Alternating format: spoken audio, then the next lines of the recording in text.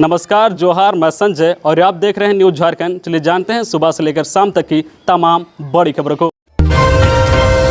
झारखंड के सीएम के विधानसभा सदस्यता पर फैसला कभी भी, ईसी ने राज्यपाल को लिखा लेटर। सीएम सोरेन बोले, भाजपा सांसद ने बनाई रिपोर्ट। लाभ के पद के मामले में झारखंड के मुख्यमंत्री हेमंत सोरेन पर चुनाव आयोग ने अपनी राय गुरुवार को राजभवन भेज दी। आधिकारिक सूत्रों के मुताबिक हेमंत की विधानसभा सदस्यता रद्द करने की अनुशंसा चुनाव आयोग ने की है, लेकिन इसकी आधिकारिक पुष्टि अभी तक नहीं की गई है। थोड़ी देर बाद राज्यपाल रमेश बैस हेमंत सोरेन की विधानसभा सदस्यता पर फैसला सुनाएंगे। राज्यपाल दिल्ली से करीब दोपहर 2 बजे रांची पहुंच गए हैं। उन्होंने कहा है कि राजभवन पहुंचकर मामले को देखेंगे। फिलहाल इससे लेकर राजभवन में अफसरों की मीटिंग चल रही है। ईसी के पत्र पर सोरेन ने कहा है कि ऐसा लगता है कि भाजपा नेता, सांसद और उनके कठपुतली जर्नलिस्टों ने रिपोर्ट तैयार की है, नहीं तो ये सील्ड होती। संवैधानिक संस्थाओं और एजेंसियों को जो भाजपा दफ्तर ने टेक ओवर कर लिया है, भारतीय लोकतंत्र में ऐसा कभी नहीं देखा गया।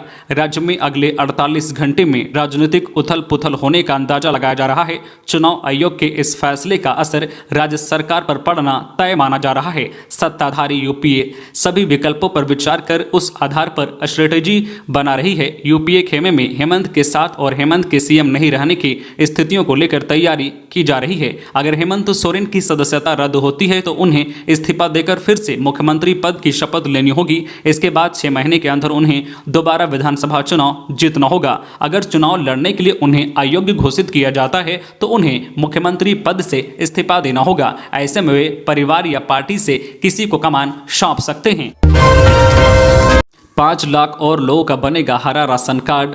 झारखंड में 5 लाख और लोगों का हरा राशन कार्ड बनेगा। बुधवार को कैबिनेट की बैठक में झारखंड राज्य खाद्य सुरक्षा योजना के तहत लाभान्वित होने वाले लाभुकों की अधिकतम संख्या 15 लाख से बढ़ाकर 20 लाख करने की स्वीकृति दे दी गई है। अब 5 लाख अन्य लाभुकों को इससे जोड़ा जाएगा और उनका हरा राशन कार्ड बनाकर अनाज दिया जाएगा। वहीं प्रधानमंत्री गरीब कल्याण अन्न योजना के तहत राष्ट्रीय खाद्य सुरक्षा के लाभुकों को अप्रैल 2022 से सितंबर 2022 तक के लिए अवधि के लिए 5 किलो खाद्य अन्न प्रति लाभुक हर महीने की दी जाएगी। अब 8 सितंबर से जमा होगा आवेदन। जेएसएससी ने अपरिहार्य कारणों से स्नातकोत्तर प्रशिक्षित पीजीटी शिक्षकों की नियुक्ति के लिए ऑनलाइन आवेदन की तिथि में संशोधन किया है। अब 25 अगस्त के बजाय 8 सितंबर से ऑनलाइन आवेदन जमा लिया जाएगा। इच्छुक अभ्यर्थी 7 अक्टूबर की मध्य रात्रि तक आवेदन जमा कर सकेंगे। मालूम हो कि राज्य के +2 हाई स्कूलों में 3120 शिक्षकों की नियुक्ति होनी है।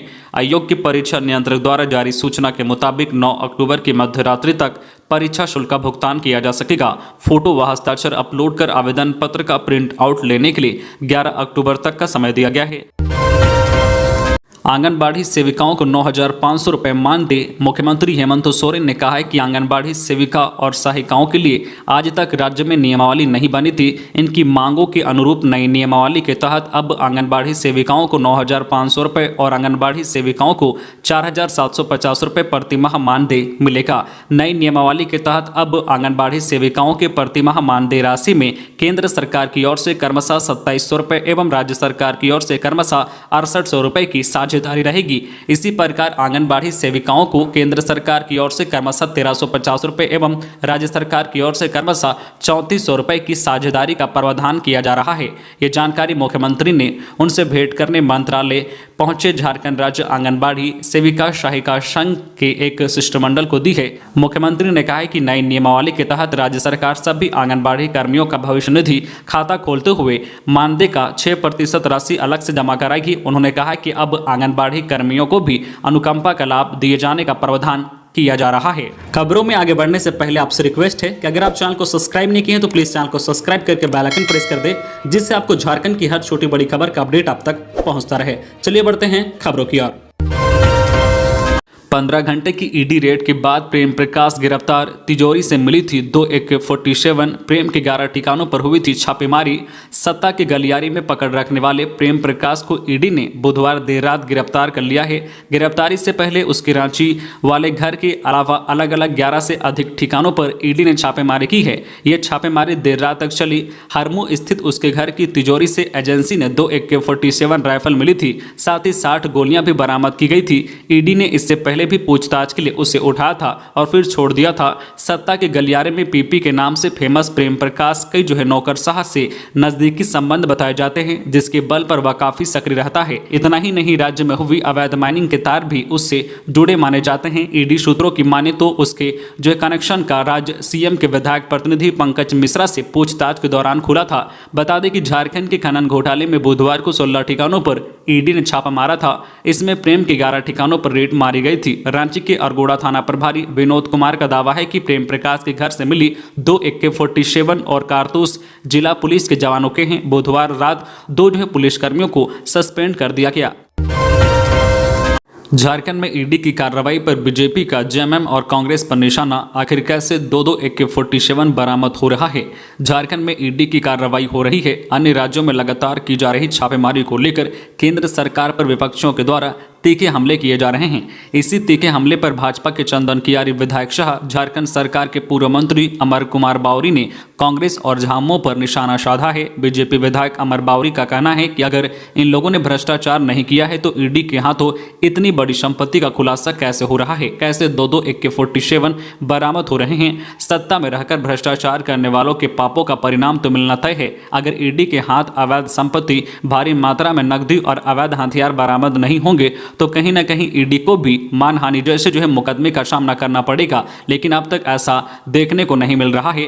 देश के जिन कोने में भी छापेमारी हुई है वहां से भारी मात्रा में नकदी एवं अन्य दस्तावेज बरामद हुए हैं जो भ्रष्टाचार के साबुत हैं। भ्रष्टाचार के खिलाफ केंद्र सरकार जीरो टॉलरेंस वाली नीति अपना रही है, जिससे विपक्ष में हड़कंप मचा हुआ है। हटिया डैम का जलस्तर खतरे के निशान से महज 4 फीट दूर। 14 साल बाद एक्टिव होंगे डैम के फाटक। करीब 14 साल बाद हटिया डैम के फाटक ऑपरेशनल हो जाएंगे। डैम के फाटक को खोलने के लिए नई मशीन लगाने का काम अंतिम चरण में है। उम्मीद है कि शुक्रवार तक एक फाटक को खोलने के लिए मशीन लगा दी जाएगी। इसी तरह चरणबद्ध तरीके से 5 फाटकों के लिए अलग अलग मशीनें लगाई जाएगी। पिछले साल मानसून में भारी बारिश की वजह से हटिया डैम ओवरफ्लो होने लगा था। पेयजल विभाग की ओर से काफी प्रयास के बाद भी फाटक को नहीं खोला जा सका था। इसके बाद विभाग ने डैम की फाटक की मरम्मत का काम जल संसाधन विभाग को सौंपा था। विभाग ने अप्रैल में डाल्टनगंज की कंपनी मंगल सूर्या कंस्ट्रक्शन प्रणाली को 98 लाख में फाटक की मरम्मती का काम सौंपा।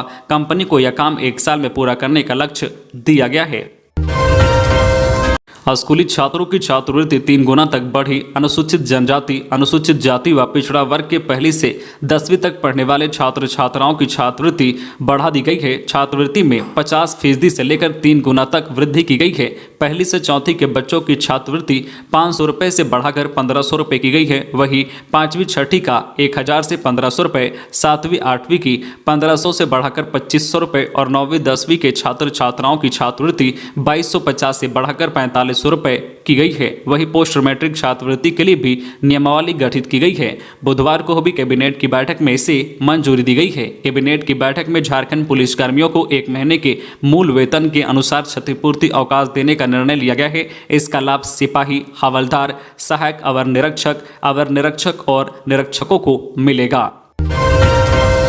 झारखंड के पूर्व डिप्टी सीएम और आजसू प्रमुख सुदेश महतो ने श्री काशी विश्वनाथ धाम में किया पूजन। कही ये बड़ी बात। झारखंड के पूर्व डिप्टी सीएम और आजसू प्रमुख ने वाराणसी पहुंचकर श्री काशी विश्वनाथ धाम के दर्शन किए। यहां उन्होंने प्रदेश की खुशहाली के लिए प्रार्थना की और काशी विश्वनाथ धाम की सुविधाओं को देखकर वह काफी प्रसन्न हुए। वहीं उन्होंने कहा कि विश्वनाथ धाम बनने के बाद पहली बार आया हूं, अब यहाँ काफ़ी सुविधाएं हैं श्रद्धालुओं के लिए। इसी के साथ उन्होंने तमाम अन्य मुद्दों को लेकर भी वहां पर मीडिया से बातचीत की। वह विशेष रूप से धाम की व्यवस्थाओं को देखकर काफ़ी प्रसन्न नजर आए। झारखंड के नेतरहाट आवासीय विद्यालय प्रवेश परीक्षा में सफल 4 विद्यार्थी निकले फर्जी। नेतरहाट आवासीय विद्यालय की नामांकन प्रवेश परीक्षा में सफल 4 विद्यार्थी फर्जी मिले हैं। विद्यार्थी गलत जानकारी के आधार पर परीक्षा में शामिल हुए थे। विद्यालय ने जांच में पाया है कि उन्होंने स्कूल को लेकर फर्जी जानकारी दी है। सभी विद्यार्थी उत्तरी छोटानागपुर प्रमंडल के हैं। 2 विद्यार्थी धनबाद व 2 गिरिडीह जिले से हैं।